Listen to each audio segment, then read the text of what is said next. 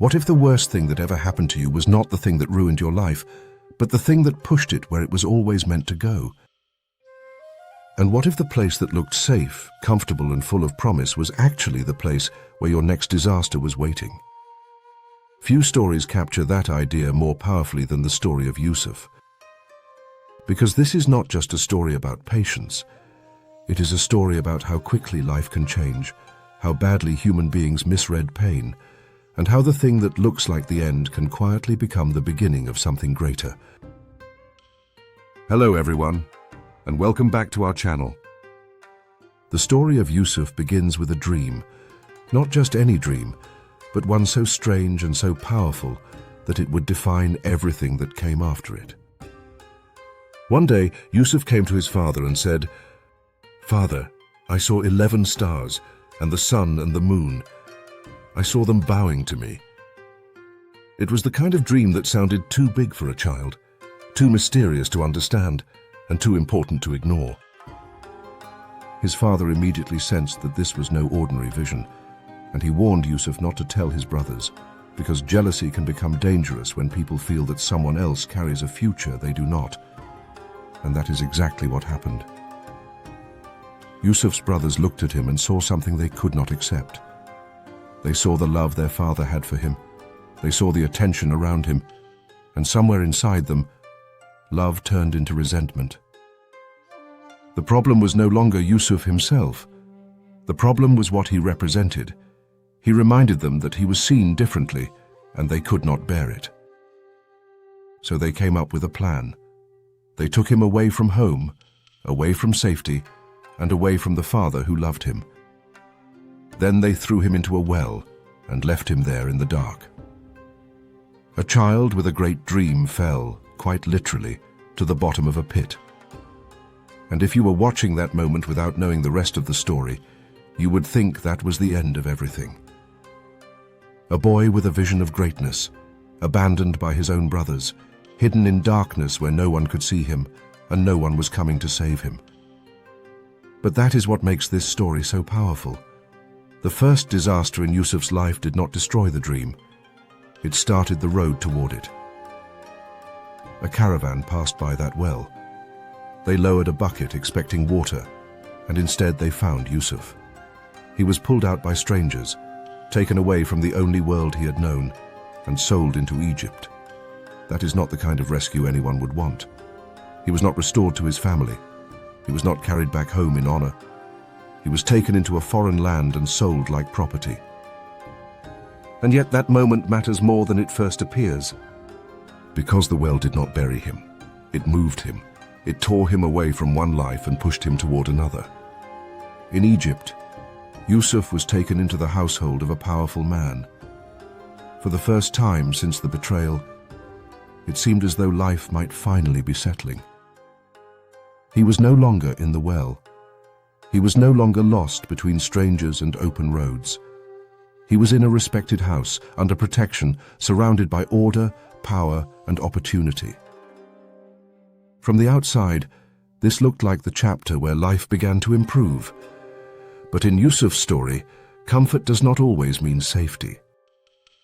Yusuf grew into a man known for both beauty and character, and the woman of the house became consumed by desire for him. One day she tried to seduce him and locked the doors behind them. Yusuf refused and ran for the door, and as he tried to escape, she grabbed his shirt and tore it from the back. When they reached the door, they were suddenly confronted, and she immediately tried to reverse the situation by accusing Yusuf. In one moment, the innocent became the accused. That scene is one of the sharpest turns in the whole story, because Yusuf did the right thing and still found himself in danger. He did not fall into sin. He did not betray trust. He ran from the wrong thing, and still the price of doing right was scandal. A witness pointed to the torn shirt and made the truth clear. If the shirt had been torn from the front, her story might have made sense. But it was torn from the back, showing that Yusuf had been fleeing while she pursued him. His innocence was there for anyone honest enough to see it. But truth does not always end a problem immediately. The story spread. Women in the city began talking about what had happened, and instead of ending the scandal, the woman of the house made it worse.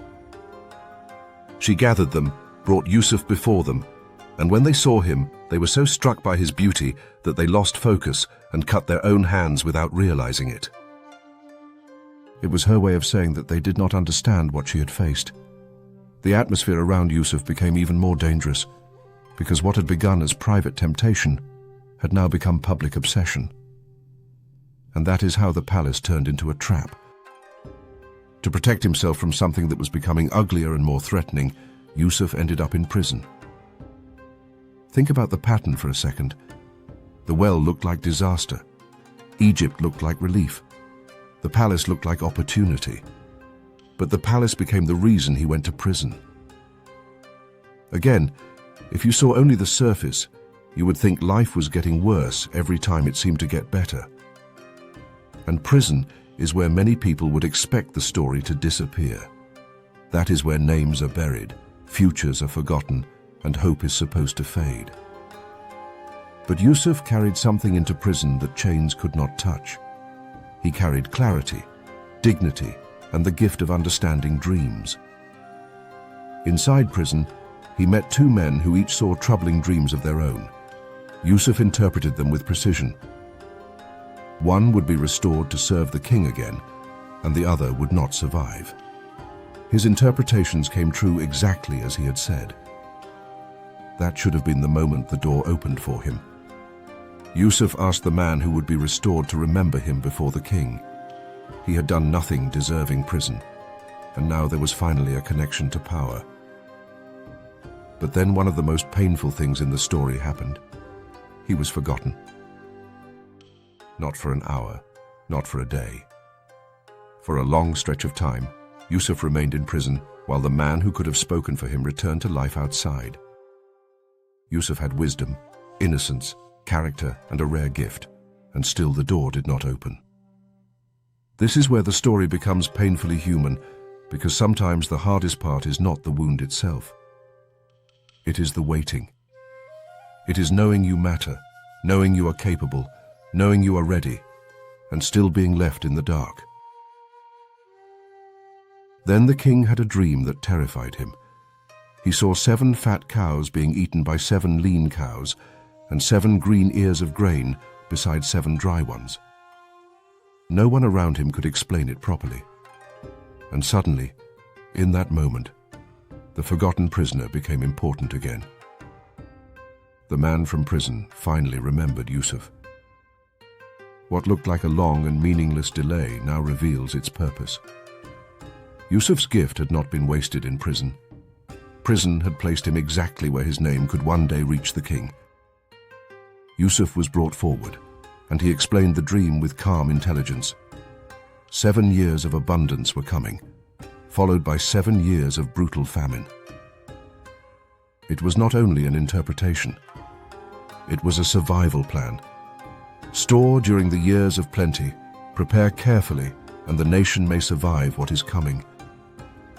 But even here, Yusuf did not rush blindly out of prison. Before stepping into freedom, he wanted the truth fully exposed. He wanted the accusations cleared. He wanted the stain on his name removed. So the matter was reopened, and the women who had once stood around that scandal admitted what had happened. The wife of the powerful man herself confessed that she had tried to seduce Yusuf and that he had told the truth. That moment matters deeply because Yusuf did not rise merely by escaping prison. He rose with his honor restored. Then the transformation became complete. The boy in the well, the servant in the house, and the prisoner behind bars became the man trusted with the resources of a kingdom.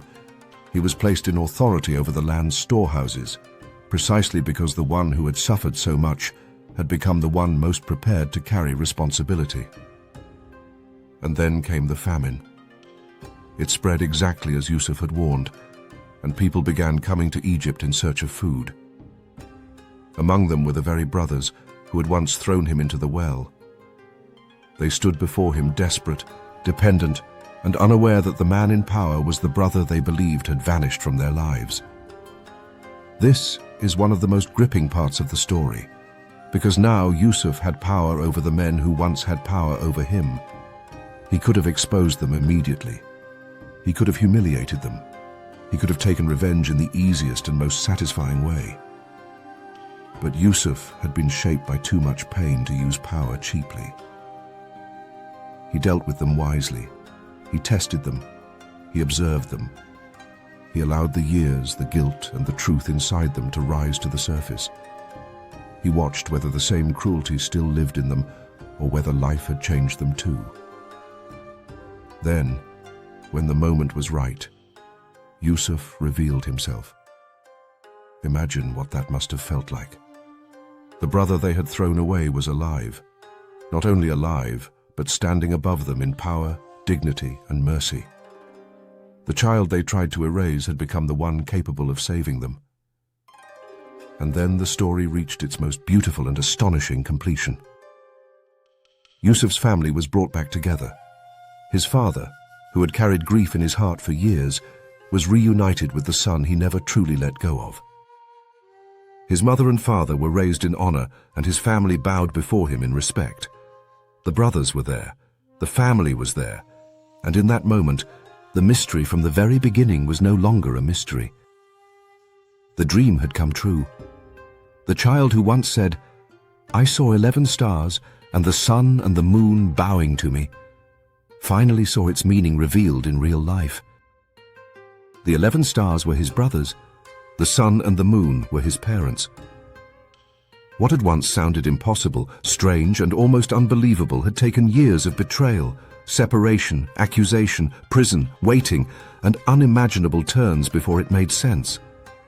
And that is exactly why this story stays with people. Because if you only judged Yusuf's life by its individual chapters, you would have misunderstood almost all of them. The well looked like the end, but it moved him toward Egypt. Egypt looked like stability, but the palace became a test.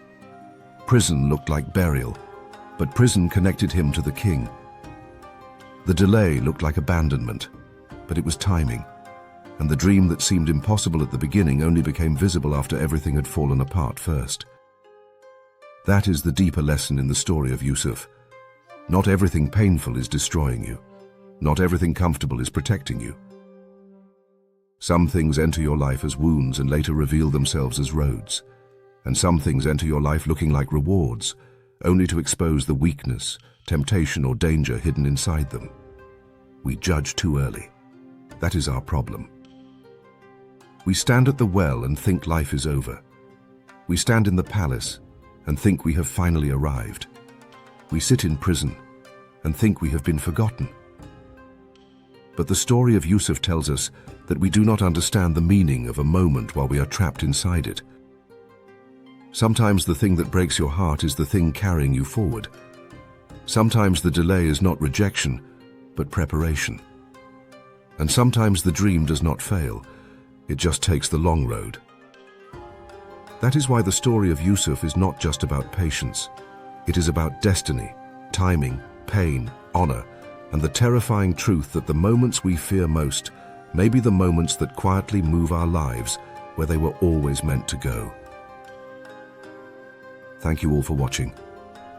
If this story made you see setbacks, waiting, or pain differently, subscribe to the channel and let me know in the comments. Have you ever had something go terribly wrong, only to realize later it was the very thing that pushed your life in a better direction? And do you have another curiosity question you want answered in a future video?